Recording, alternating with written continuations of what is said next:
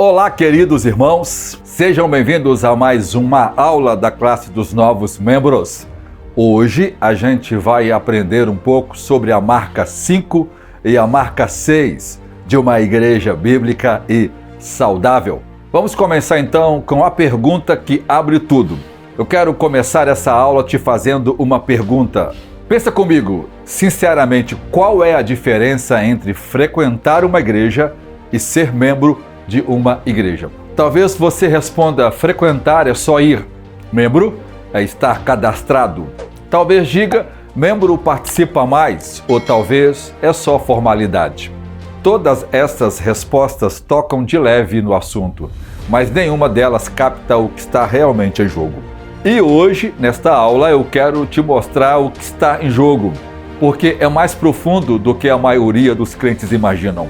Vamos começar pelo texto âncora desta aula.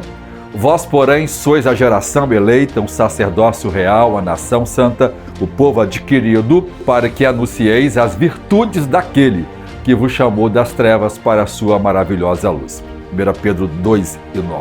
Presta atenção nas palavras que o apóstolo Pedro escolheu. Ele não disse: sois cristãos individuais que ocasionalmente se reúnem.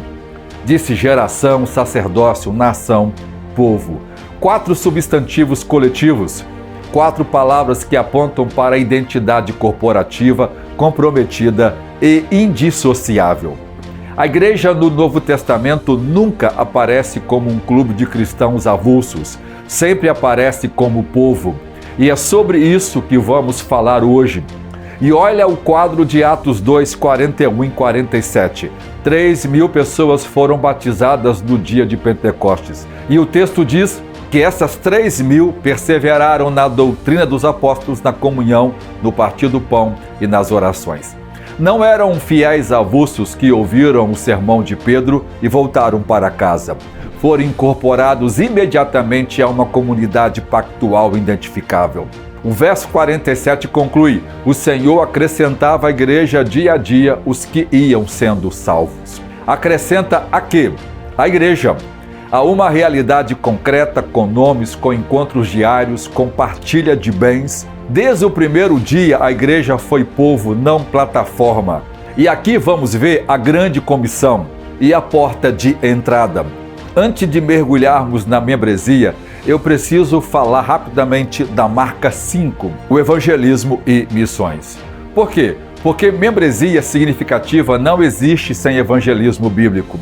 A igreja só recebe quem foi alcançado primeiro. Por isso, as duas marcas são duas faces da mesma moeda. Uma move a igreja para fora e a outra constitui a igreja por dentro. A última ordem que o nosso Senhor Jesus deixou antes de subir aos céus aparece nos 4 evangelhos e em Atos. Mateus 28, 19 e 20 é a mais conhecida. Ide, portanto, fazer discípulos de todas as nações, batizando-os em nome do Pai, do Filho e do Espírito Santo, ensinando-os a guardar todas as coisas que vos tenho mandado. Veja aqui o segredo da expressão grega. E eu preciso mostrar uma coisa que muda tudo. O texto português traz 4 verbos: ide, fazer discípulos, batizando, ensinando. Em português aparece 4 ações paralelas, 4 coisas para fazer, mas no grego não é assim. No grego aparece apenas um verbo no imperativo: mateteusate, fazei discípulo. Os outros 3, indo, batizando, ensinando, são particípios. Eles modificam o imperativo central. A ordem principal, portanto, é fazer discípulos. Não apenas ir, não apenas batizar, não apenas ensinar.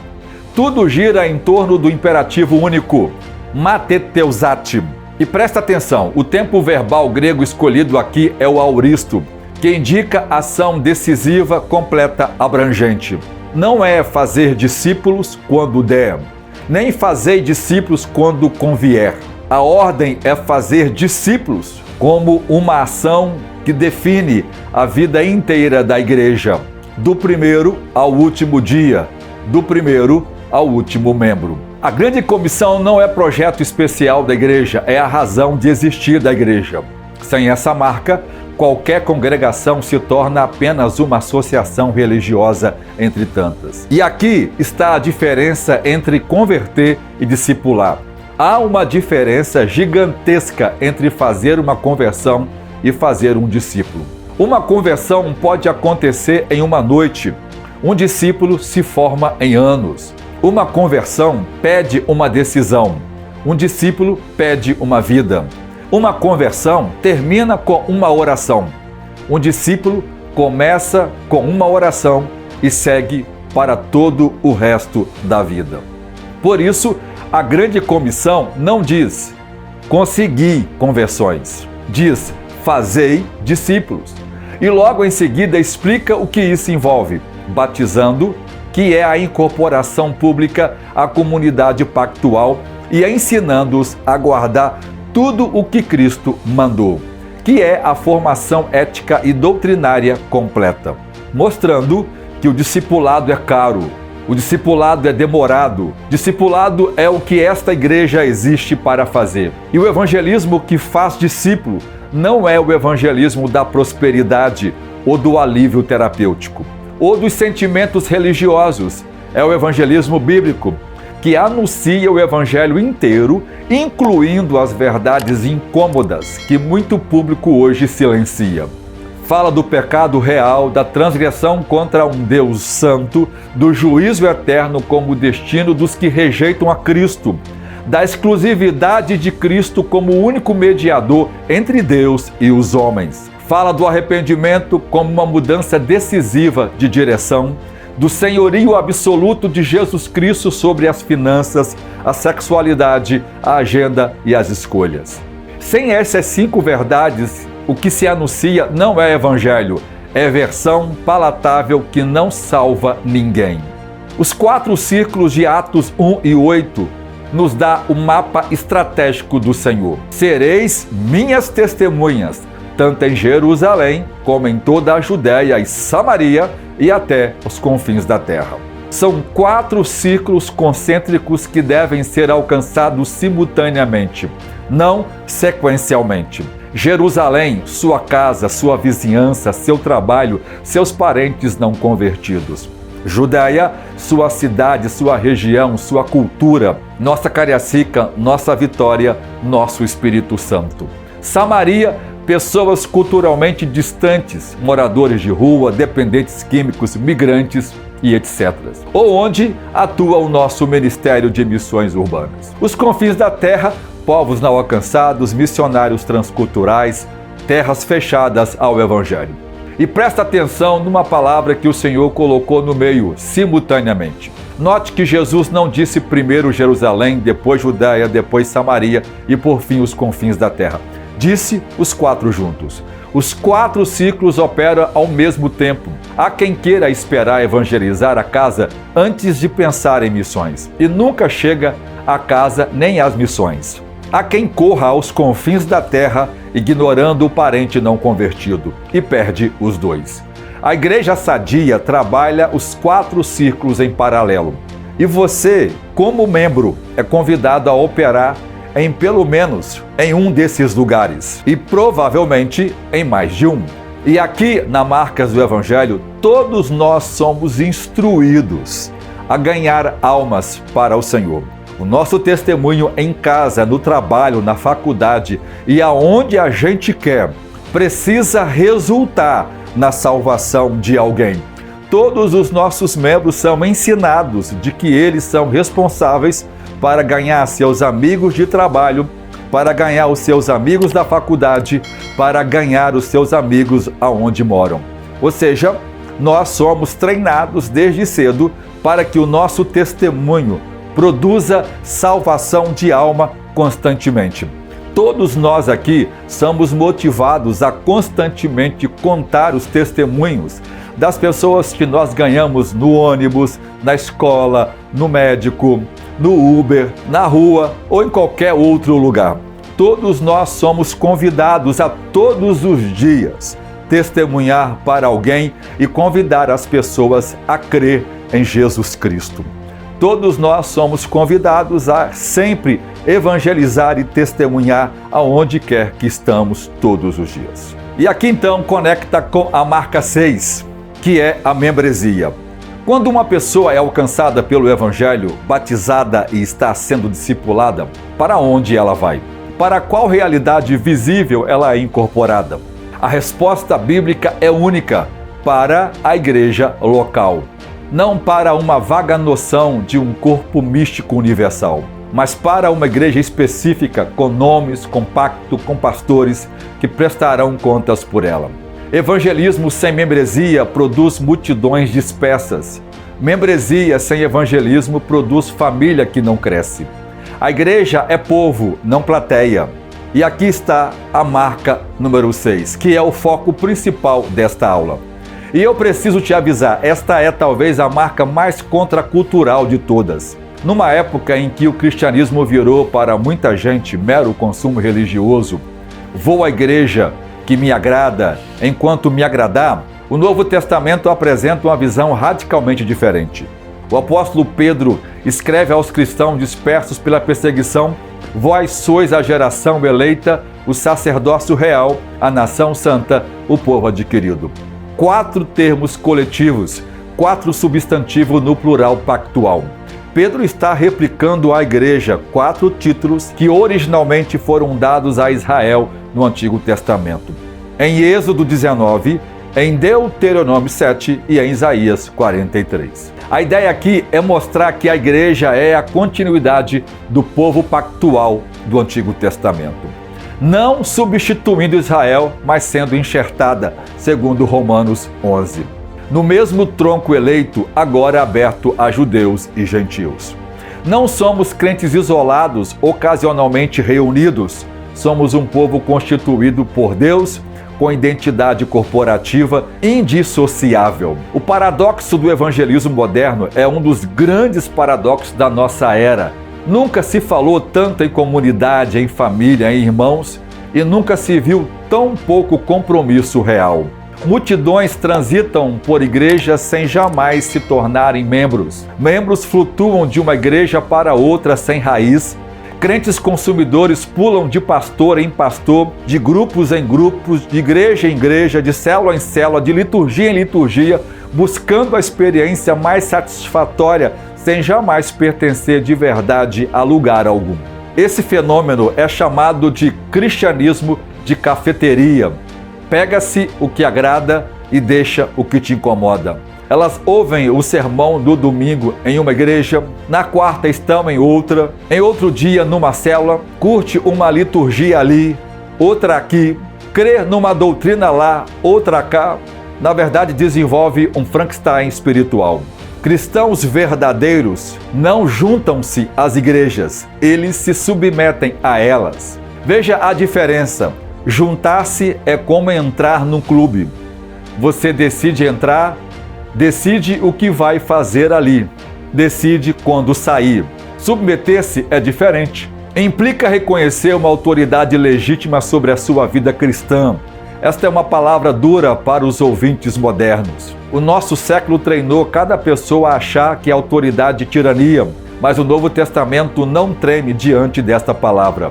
Hebreus 13:17 diz: obedecei a vossos pastores e sujeitai-vos a eles, porque velam por vossas almas como aqueles que hão de dar conta delas.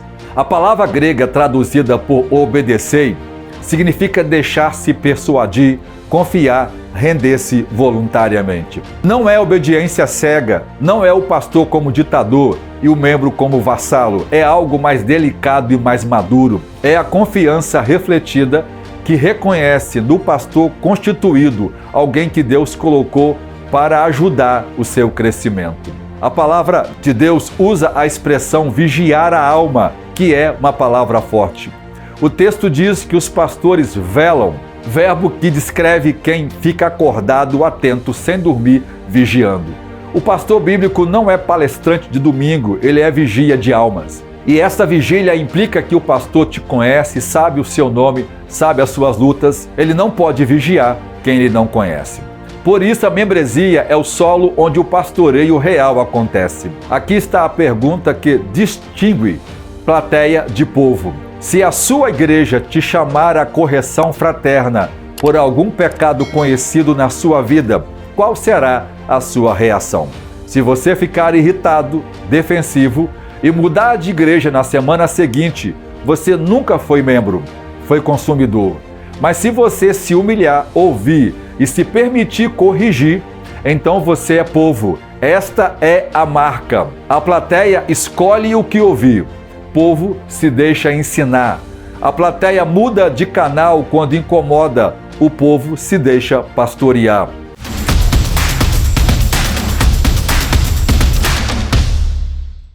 Então agora, irmãos, nós vamos entrevistar mais uma família querida da nossa igreja. Então, queridos irmãos, por favor, se apresente então à igreja. A paz do Senhor, irmãos. Eu sou o pastor Gideão Carvalho.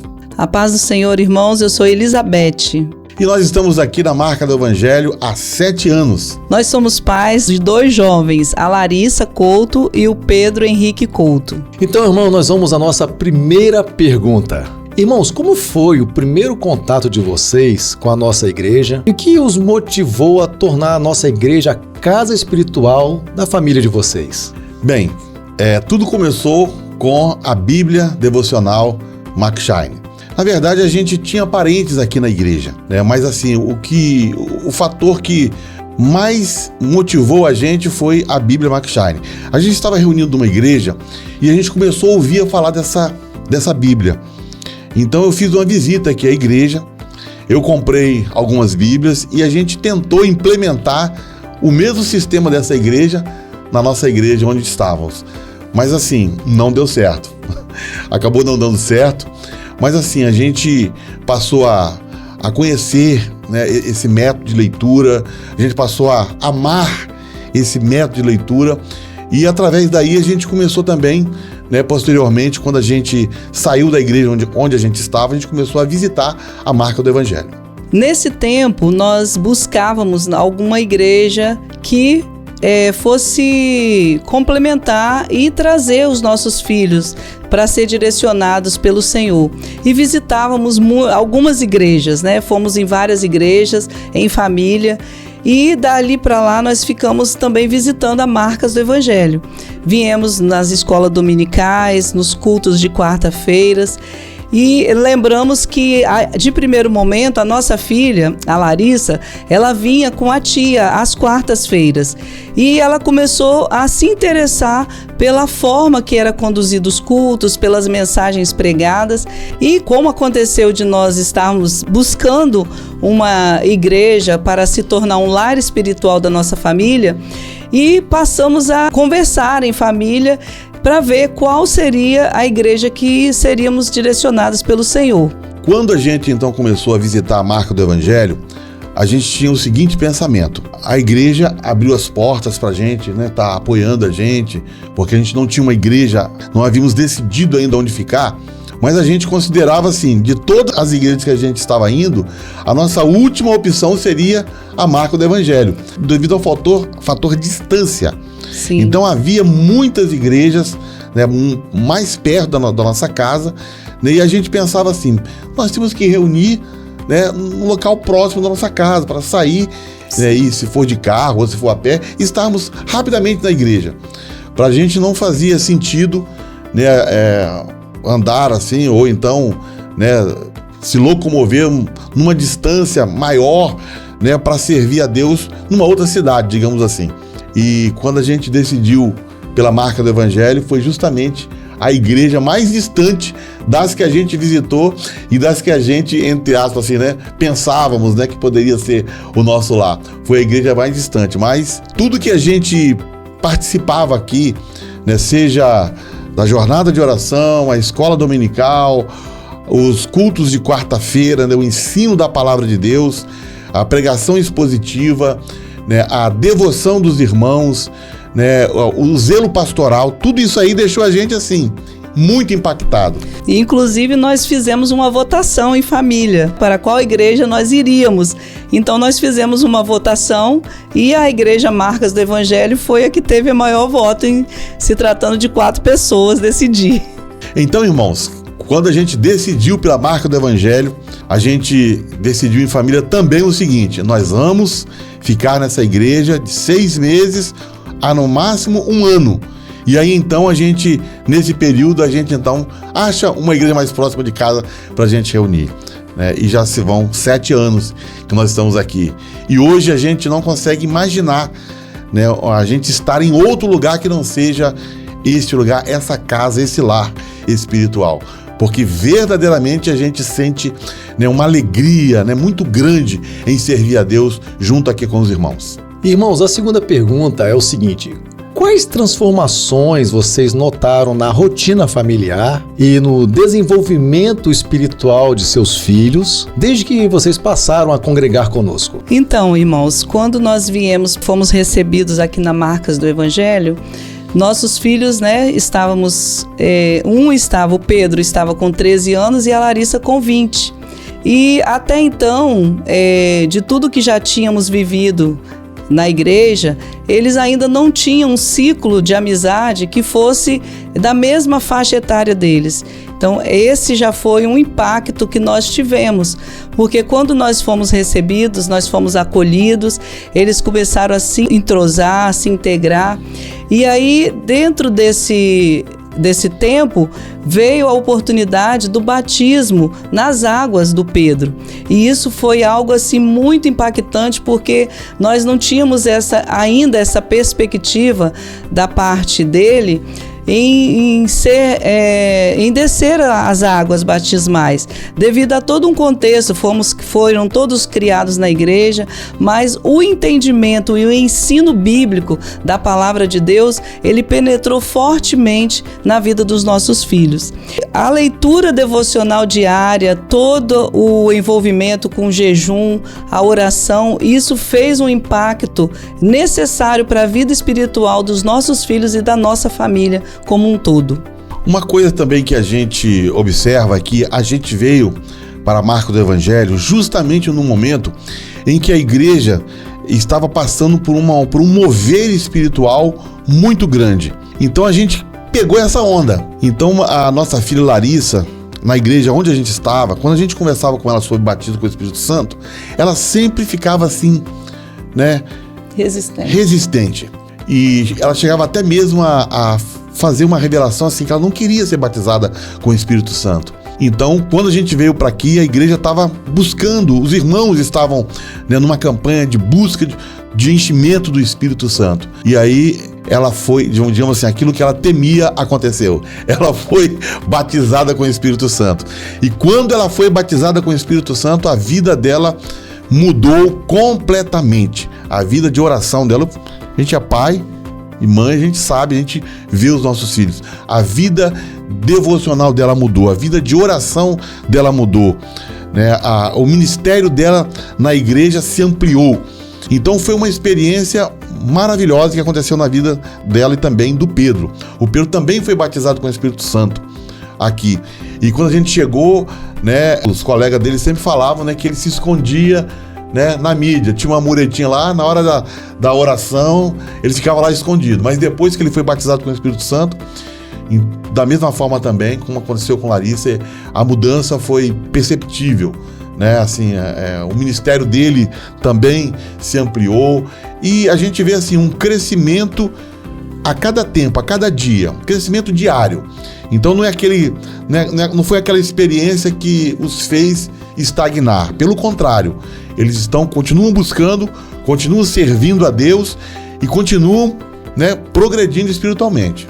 Isso é muito importante. E sobre a questão da rotina dentro de casa, eu vi, eu como líder espiritual, pastor, eu como sacerdote do meu lar, eu vi o meu lar numa constante mudança para melhor, porque a nossa comunhão, ela melhorou muito, a nossa comunhão, problemas, às vezes, cada um tinha o seu problema, resolvia. Hoje, a gente tem a nossa conversa, entendeu? Os nossos conselhos, a nossa oração junto, a leitura da Bíblia, cada um se intensificando na leitura da Bíblia. Então a gente vê assim, uma harmonia e uma comunhão muito grande, de forma que a gente faz tudo junto. A gente vem junto para a igreja, a gente permanece junto aqui, volta junto para casa e a gente vê assim a presença de Deus, a presença do Espírito Santo em nossas vidas. Então, assim, eu posso dizer que não queremos outra vida que não seja essa que a gente está vivendo, porque nós estamos vivendo algo maravilhoso da parte de Deus. E era justamente isso que a gente buscava. Quando a gente estava, né, numa igreja anterior, que a gente saiu, a gente buscava algo assim, que a gente queria viver uma experiência diferente que a gente ainda não tinha vivido na nossa vida. Porque às vezes a gente passa muitos anos, né, de vida cristã sem ter muitas experiências com Deus. Então a gente queria viver algo diferente. E o Senhor, né, nos colocou num lugar onde realmente a gente vive experiências diárias, experiências maravilhosas, né, de forma que a gente entende, né, que é o nosso lugar. E, irmãos, assim, de que forma vocês observam o desenvolvimento espiritual e o acolhimento de seus filhos dentro dos ministérios aqui na igreja? Nós percebemos que com o acolhimento dos ministérios da igreja, nós nos sentimos muito à vontade de participar também. E como consequência, os nossos filhos, nós vimos o envolvimento deles em vários ministérios da igreja. E aí com isso, a busca pelo devocional, na oração, nos jejuns, nós percebemos que eles começaram a ter esse gosto pela palavra de Deus, pela oração, pelos jejuns, participar das jornadas bem ativamente, e isso fez toda a diferença na nossa vida enquanto família e na vida dos nossos filhos, porque hoje, como o pastor Gideon bem falou, nós respiramos as marcas do Evangelho, então não temos dificuldades, embora tem momentos que temos que vir de ônibus, sim, temos que vir, mas isso não é dificuldade para que participemos de todas as atividades na igreja e, com consequência, os nossos filhos também. Eu quero só acrescentar um ponto, né, na fala da Elis, minha amada esposa. Quando a gente era jovem, né, a gente conversava isso antes da gente vir para a marca do Evangelho, quando a gente estava ainda em outra comunidade evangélica, a gente conversava assim: será que os nossos filhos não vão viver aquilo que nós vivemos na juventude? Porque nós tivemos uma juventude muito ativa. Sim. Então nós, enquanto jovens, a gente participava de congressos de jovens, congressos estaduais, fazíamos viagens de intercâmbio, fazíamos evangelismo, fazíamos culto nas praças, ganhávamos almas para Jesus. A gente viveu intensamente a nossa juventude, a gente viveu a nossa juventude dentro da igreja, experimentando assim do poder de Deus, da graça de Deus, e a gente via a vida de nossos filhos assim, uma certa paralisia, um marasmo, e a gente conversava, né? E orávamos, pensando: será que nossos filhos vão passar pela juventude sem experimentar aquilo que nós experimentamos? Essa era uma preocupação nossa também, né? Porque também onde a gente estava, o ambiente não era propício para isso. E aí a gente veio para a marca do Evangelho, e aqui eles começaram a experimentar tudo aquilo que nós havíamos experimentado na nossa juventude, e digo mais, experimentando muito mais do que nós. Então a gente vê hoje eles envolvidos no ministério de evangelismo, no ministério, né, de ensino da palavra de Deus, no louvor, na adoração, a juventude da igreja, entendeu? A juventude os abraçou e eles também abraçaram o ministério de jovens, né? Então estão presentes na oração, nas visitas. Então, tipo assim, tudo que tem, eles querem experimentar e fazer de tudo um pouco. E a gente nós como pais, ficamos felizes e agradecidos a Deus, né, por eles estarem vivendo, né, a sua juventude na presença de Deus, né, e experimentando do melhor do Senhor. E a gente crê também que Deus, ele sempre está fazendo coisas diferentes, né? Deus está sempre diversificando o seu modo de agir, a sua forma de agir. Então a gente vê assim que na juventude da marca do Evangelho, Deus está fazendo uma grande obra e vai continuar, né, fazendo coisas ainda grandiosas. E eles estão aqui participando, e que continue assim. E, queridos irmãos, para finalizarmos, vocês poderiam, por favor, assim, compartilhar um testemunho ou uma experiência marcante que vocês viveram aqui que edificou a vida de vocês e também, claro, né, vem a edificar a vida da igreja? Então, irmãos, nós temos momentos propícios aqui na Marcas do Evangelho. As jornadas de oração são momentos que marcam a nossa experiência com Deus e propiciam nós termos esse testemunho direto com o Senhor. Quantos pedidos nós podemos compartilhar com os nossos irmãos para que as nossas cargas fiquem mais leves. E eu lembro que nós compartilhávamos em um tempo pedindo ao Senhor que desse uma oportunidade de emprego para o Pedro e os projetos também da Larissa, e Deus, Ele foi fiel e concedeu a nós. Nós também tivemos oportunidade de participar dos cursos que a igreja oferece, Mulher Única, Mulher que Prospera, o Poder do Potencial, e isso trouxe uma grande edificação para a minha vida enquanto serva do Senhor. E ao longo do tempo eu pude participar como liderança para ajudar também outras irmãs, outras mulheres. E isso é um testemunho que eu carrego comigo e eu creio que pode edificar a sua vida também.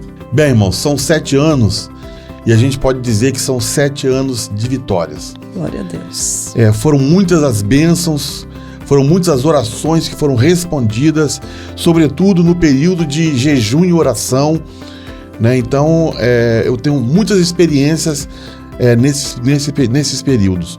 Mas assim, vou contar apenas um aqui, que assim, quando a gente veio para Marca do Evangelho, a gente veio numa situação financeira muito delicada, né? Na época, né, só a irmã Elis, minha amada esposa, estava trabalhando.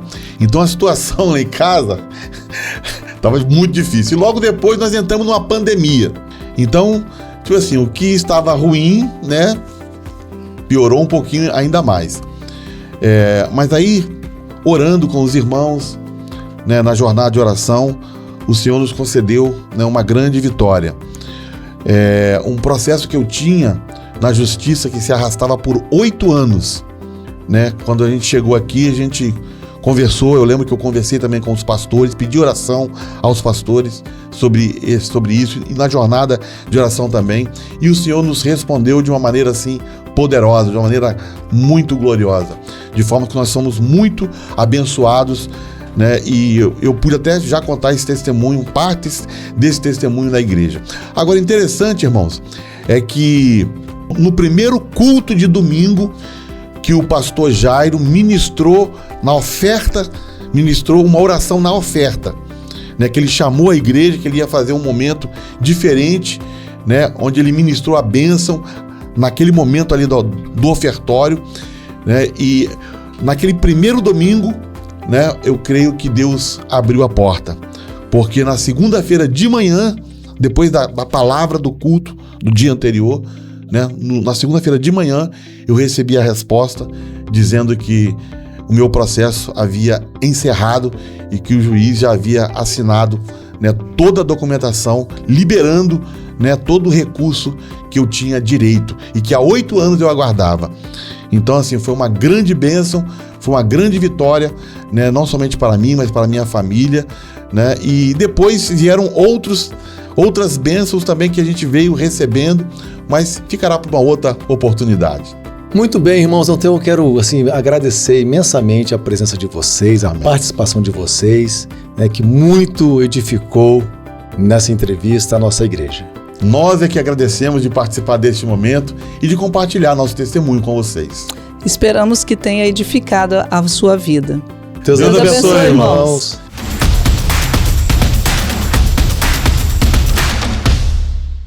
A membresia é a embaixada do reino e esta é uma metáfora central. Esta é uma das imagens mais poderosas para se entender o que é a igreja local. A imagem é esta: a igreja local não é o reino de Cristo. A igreja local é uma embaixada do reino de Cristo. O que é uma embaixada?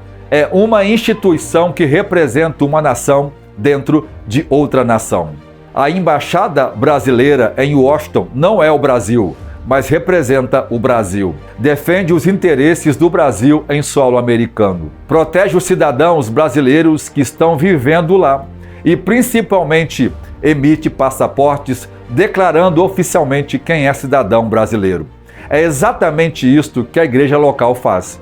Ela não é o reino dos céus, ela é uma agência, ela é uma embaixada do reino dos céus aqui na terra. Ela representa os interesses do Rei Jesus em meio a este mundo.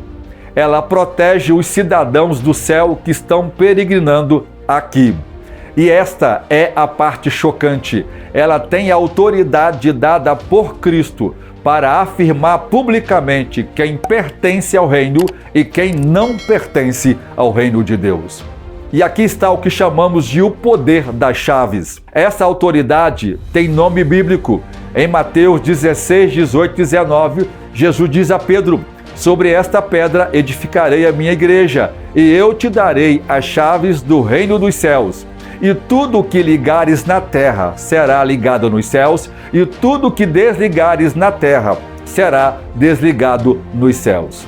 Essa é a doutrina do poder das chaves. Não é poder mágico de salvar ou condenar, é autoridade declaratória. A igreja declara oficialmente quem pertence ao reino e quem dele se afasta por pecado não arrependido.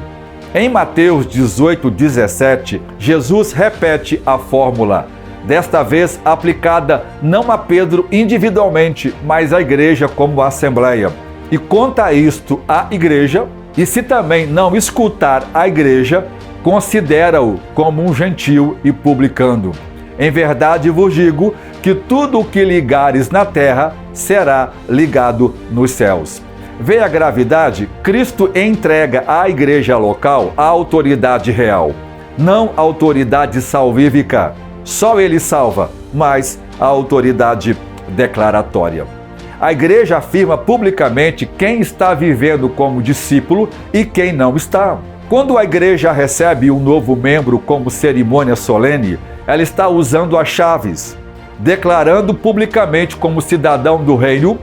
Quando a igreja exerce correção fraterna, conforme Mateus 18, ela está usando as chaves, declarando publicamente que um pecado não arrependido afasta a pessoa da comunidade dos céus.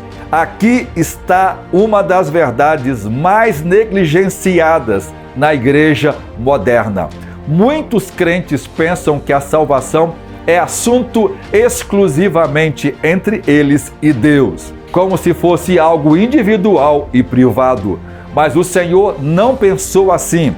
Cristo instituiu a igreja local como instância pública que afirma quem é seu e adverte quem se afasta dele. Salvação é obra de Deus, sim, mas o testemunho público desta salvação acontece na igreja, pela igreja e com a igreja. Por isso, a membresia não é detalhe burocrático, é o lugar onde Deus, por meio dos seus servos, confirma diante do mundo: esta pessoa reúne aqui e ela é nossa.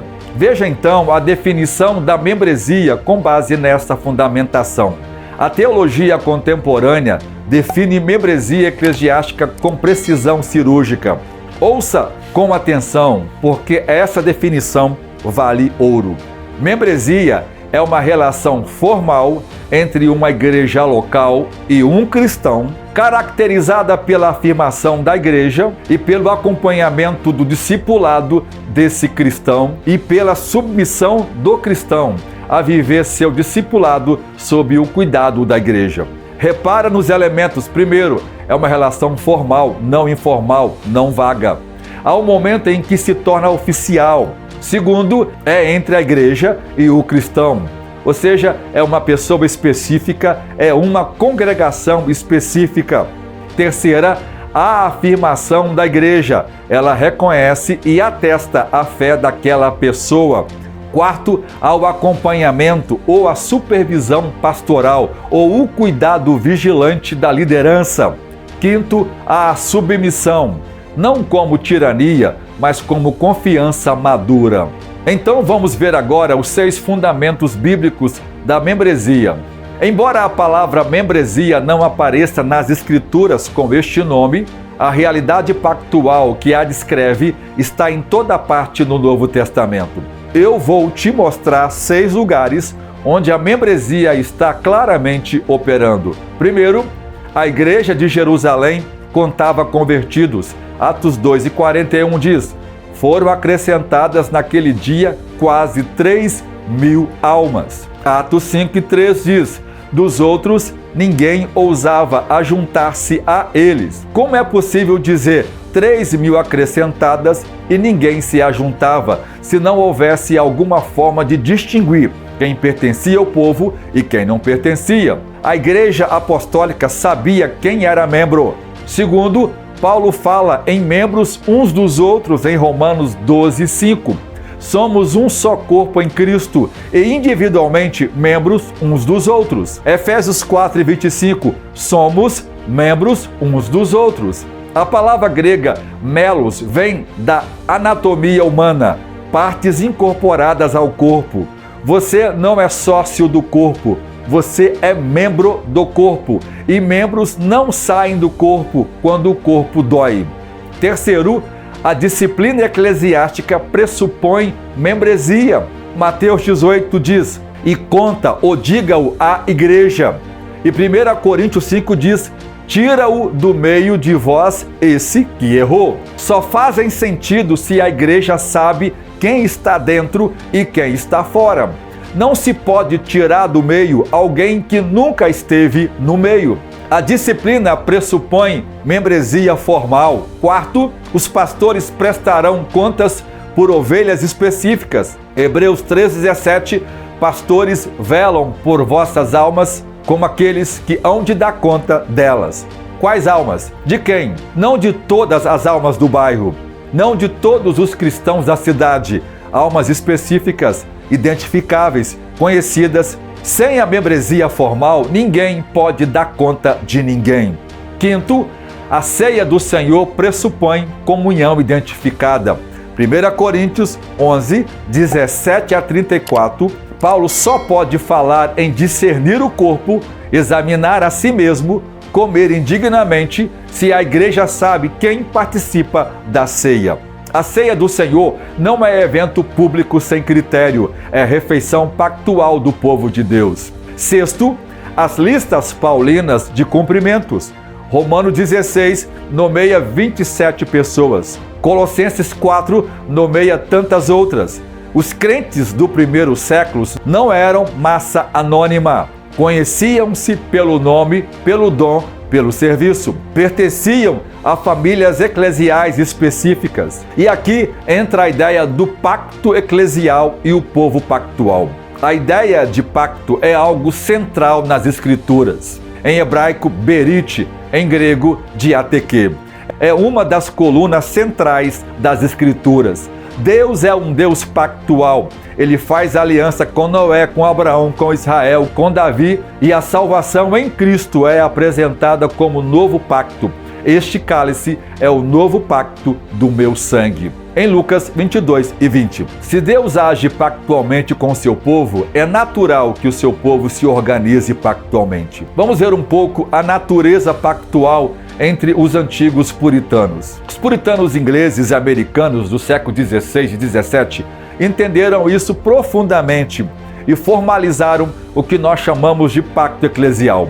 Era um documento solene, lido publicamente e assinado por cada novo membro, com os compromissos mútuos da vida em comunidade. Embora isto seja um pouco estranho à realidade de muitas igrejas, esta é uma prática bíblica. Em Neemias 9:10, vemos o povo de Deus reconstruindo Jerusalém, e o capítulo 10 termina assim: todos selaremos um pacto fiel e o escreveremos. E segue os compromissos detalhados escritos. Em Josué 24, há a renovação pública do pacto. Em 2 Crônicas 15, o rei Asa lidera Judá num pacto público de buscar a Deus. A igreja, como comunidade do povo de Deus, herda essa prática. E olha como isso muda a maneira como você enxerga a sua entrada na nossa igreja, Marcas do Evangelho. Quando você assina o nosso pacto, quando você o subscreve, você está fazendo o mesmo gesto que o povo de Deus tem feito ao longo de toda a história: comprometer-se publicamente, por escrito, diante de Deus e dos irmãos, a viver os deveres da fé em comunidade. Não é invenção da nossa igreja, não é invenção dos puritanos do passado, é a maneira pactual como Deus sempre quis que o seu povo se constituísse. Quem evita o pacto está evitando a forma bíblica de pertencer. E agora vamos ver alguns compromissos do nosso pacto eclesial. Aqui na nossa igreja Marcas do Evangelho, adotamos essa prática bíblica histórica. Todo membro, ao ser recebido, subscreve o pacto eclesial, no qual se compromete diante de Deus e da igreja a compromissos concretos. Primeiro, reunir-se regularmente com os irmãos, não abandonando a nossa congregação. Hebreus 10 e 25. Submeter-se alegremente à liderança espiritual constituída. Hebreus 13 e 17. Amar, servir, orar, encorajar e, quando necessário, exortar os irmãos. Romanos 12, 10 a 16. Contribuir financeiramente para o sustento da obra. 2 Coríntios 9, 6 a 8 e Malaquias 3 e 10. Buscar santidade em todas as áreas da sua vida, abandonando as práticas mundanas. 1 Pedro 1, 15 a 16. Participar do ministério conforme os dons recebidos. 1 Pedro 4, 10 a 11. Testemunhar de Cristo no mundo. Mateus 5, 14 e 15. Suportar correção fraterna e eclesiástica quando caia em pecado. Gálatas 6 e 1 e Mateus 18, 15 a 17. Não são 8 sugestões para os mais espirituais, são compromissos pactuais para cada membro. Cada um desses pontos tem referência bíblica explícita. Você não está prometendo o que a igreja inventou, você está prometendo viver o que a palavra ordena. A família eclesial, um dos títulos mais belos que a igreja recebe no Novo Testamento, é casa de Deus. Em 1 Timóteo 3 e 15, somos família, irmãos e irmãs. Paulo trata Timóteo como filho legítimo na fé, chama os coríntios de filhinhos e orienta Timóteo. Trata os mais velhos como pais, os mais jovens como irmãos, as mais velhas como mães e as mais jovens como irmãs em toda a pureza. 1 Timóteo 5, de 1 a 2. Note as 4 categorias: pais, irmãos, mães e irmãos. A igreja local é família, com a intimidade, o compromisso, a paciência, o perdão, a lealdade e o investimento mútuo que caracteriza um lar sadio. Se não praticarmos isto, não somos igreja, somos clube com salão para reuniões dominicais. Pertencer a uma igreja não é formalidade cartorial, é aliança santa. Se a família natural exige compromisso, quanto mais a família da fé. Vamos ver um pouco da membresia na prática da Marcas do Evangelho. Isto em 5 etapas. A etapa 1 é a nossa entrevista pastoral.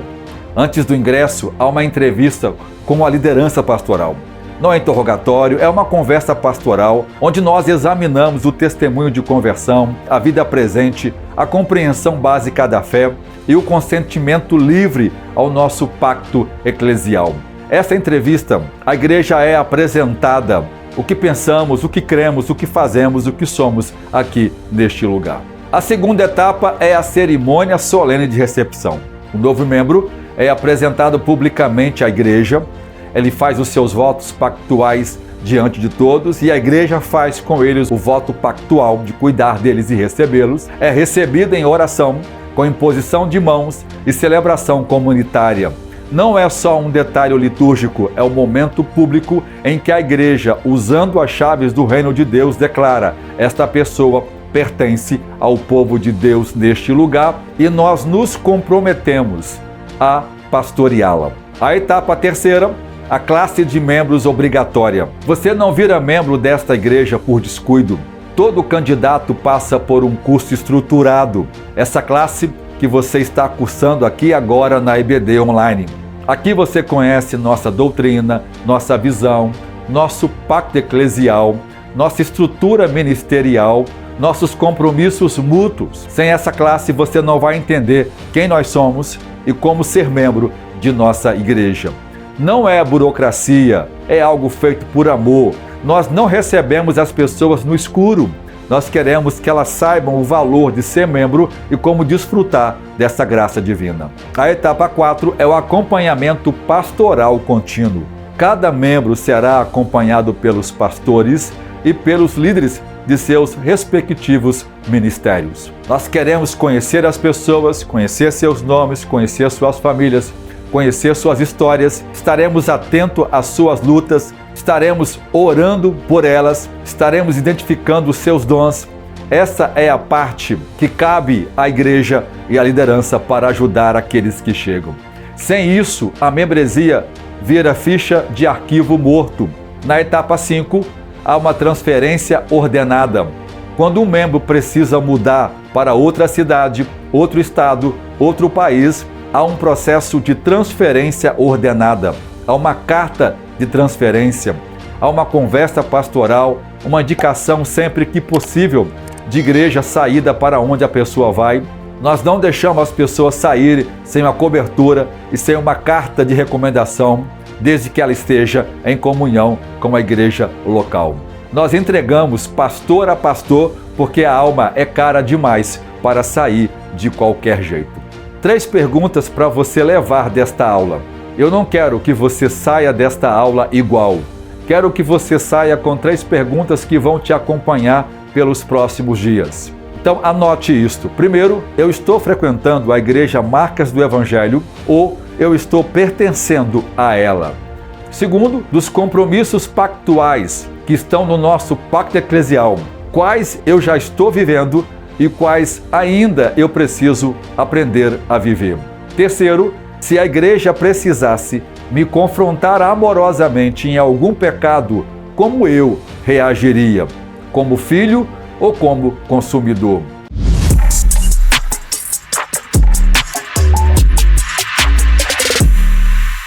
E agora chegamos ao momento muito especial dessa aula, o momento em que cada um de nós é convidado pelo Espírito Santo a contribuir no reino de Deus. E você que me ouve agora tem a oportunidade de parar tudo que você estiver fazendo, olhar aqui agora os meios de contribuição que aparecem na sua tela e contribuir para que essa obra avance. Deus conta com você para o avanço do seu reino e contribuir é uma honra. O apóstolo Paulo, na segunda carta aos Coríntios, capítulo 9, verso 7, diz que não devemos contribuir como por necessidade nem com tristeza, mas Deus ama aquele que dá com alegria. Quem dá com alegria é uma resposta em gratidão, reconhecendo que tudo que temos, nossa saúde, nosso patrimônio, nossa família, tudo que temos de bom, toda boa dádiva, vem do alto, do Pai das luzes, é o Senhor que te abençoou. E nós trazemos as ofertas reconhecendo que tudo é dele. É um ato de adoração, então pare o que estiver fazendo e seja abençoado você e sua casa. Deus abençoe.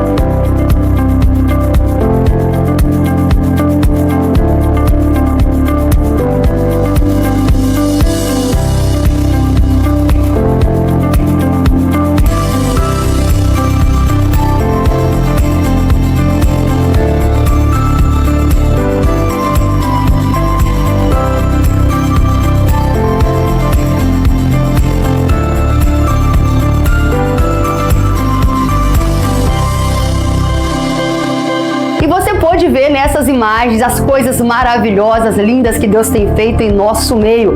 Quantas vidas sendo abençoadas por este espaço. E é pensando nisso que eu te convido agora para ter o privilégio de participar da nossa campanha dos 1000 valentes. Campanha onde 1000 pessoas motivadas pela fé serão desafiadas a contribuir de forma mais sistemática, parcelada, para que nós venhamos a adquirir esse espaço que você conheceu. E nós te convidamos a fazer um voto com o Senhor. Senhor. Fale a Deus qual é a sua necessidade, aquilo que você tem buscado diante de Deus.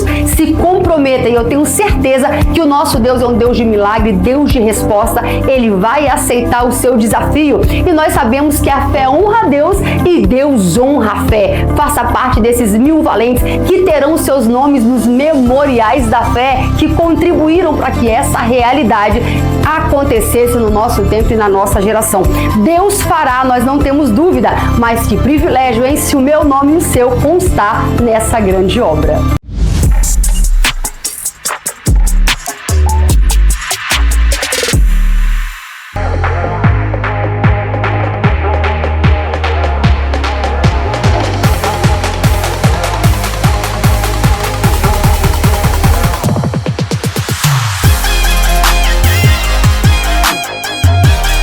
E agora, irmãos, chegamos no momento do nosso quiz, para ver se os irmãos compreenderam bem o assunto que foi passado na aula de hoje. Então vem comigo para a nossa primeira pergunta, que é a seguinte: o que diferencia frequentar uma igreja de ser membro dela?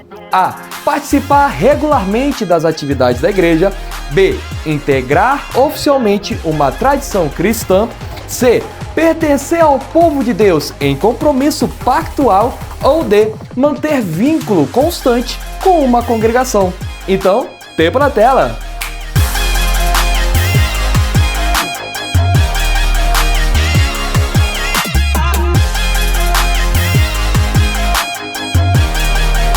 Muito bem, o nosso tempo acabou e a resposta certa é a letra C.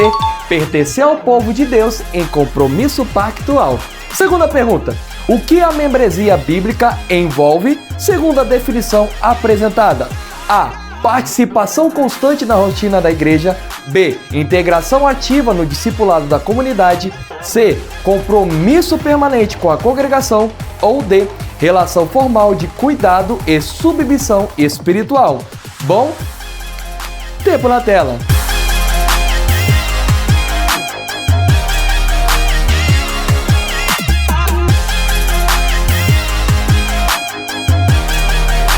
E muito bem, irmãos, olhando para o meu relógio, parece que nossos 10 segundos já se esgotaram. E se você colocou a letra C, compromisso permanente com a congregação, eu tenho que lhe dizer que vocês erraram, porque a resposta certa é a letra D, relação formal de cuidado e submissão espiritual.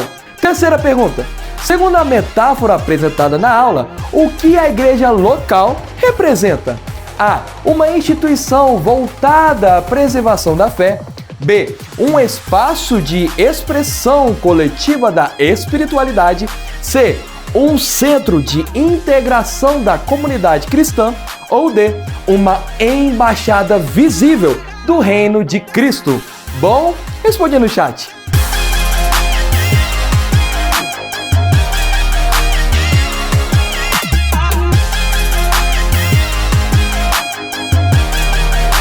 E muito bem, irmãos, espero que tenham respondido no chat e tenham lotado com a letra D de Deus, uma embaixada visível do reino de Cristo. Quarta pergunta: o que caracteriza o cristianismo de cafeteria citado na aula?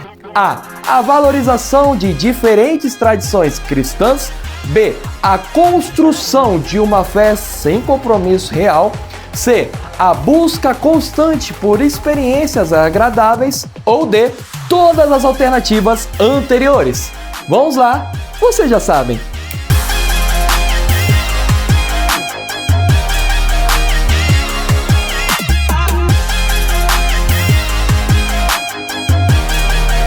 E bem, irmãos, o nosso tempo acabou. E se vocês colocaram letra B, a construção de uma fé sem compromisso real, vocês acertaram. Quinta pergunta: por que a disciplina eclesiástica pressupõe membresia? A. Porque a igreja precisa distinguir quem pertence ao corpo. B. Porque exige participação constante nas reuniões. C. Porque depende da aprovação coletiva da liderança. Ou D. Porque somente membros podem exercer funções ministeriais. Bom, tempo na tela.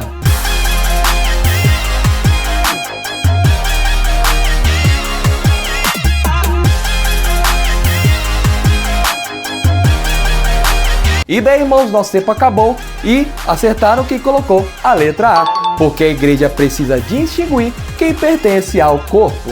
Sexta pergunta: qual é a diferença entre conversão e discipulado? A conversão depende da igreja e o discipulado da liderança. B. A conversão começa uma vida que o discipulado desenvolve. C. A conversão exige conhecimento e o discipulado, experiência. Ou D. A conversão é coletiva e o discipulado individual. Bom, responde aí.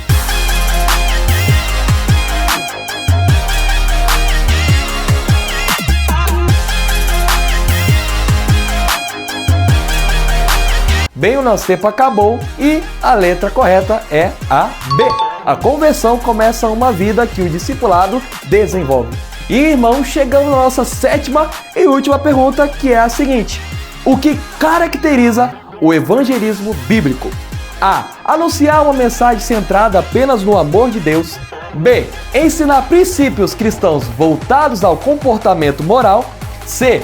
Proclamar o evangelho completo com arrependimento e fé. Ou D. Conduzir pessoas a experiências emocionais intensas. Bom, pela última vez, tempo na tela.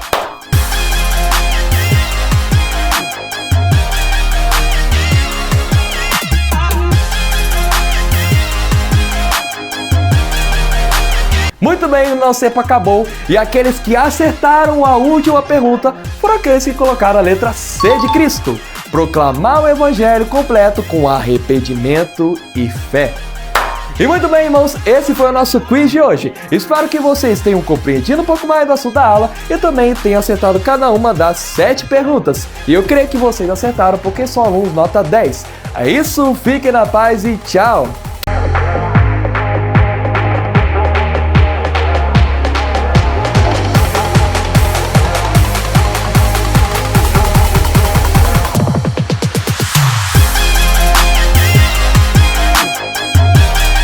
Então eu quero que você entenda que ser oficialmente recebido como membro de nossa igreja é algo extremamente sério. Não trate isso como detalhe, trate como aliança santa, com um compromisso sério e solene. Porque é exatamente isto que é ser membro de uma igreja. Que o Senhor Jesus Cristo, o cabeça da igreja, nos ajude a entender que a igreja não é um lugar aonde você vai, é um povo a que você pertence. Que o Senhor te faça povo de verdade, família de verdade, embaixada de verdade. Senhor, que cada um de nós possamos aprender essas marcas. O evangelismo, envolvimento no testemunho naqueles que estão próximo de nós ou com aqueles que estão longe, Senhor. Que o Senhor possa nos abençoar a viver uma membresia significativa e que possamos louvar o Senhor e honrar o seu nome por meio de um compromisso com a igreja local. Te louvamos no nome de Jesus. Amém. Deus abençoe você e até a próxima aula.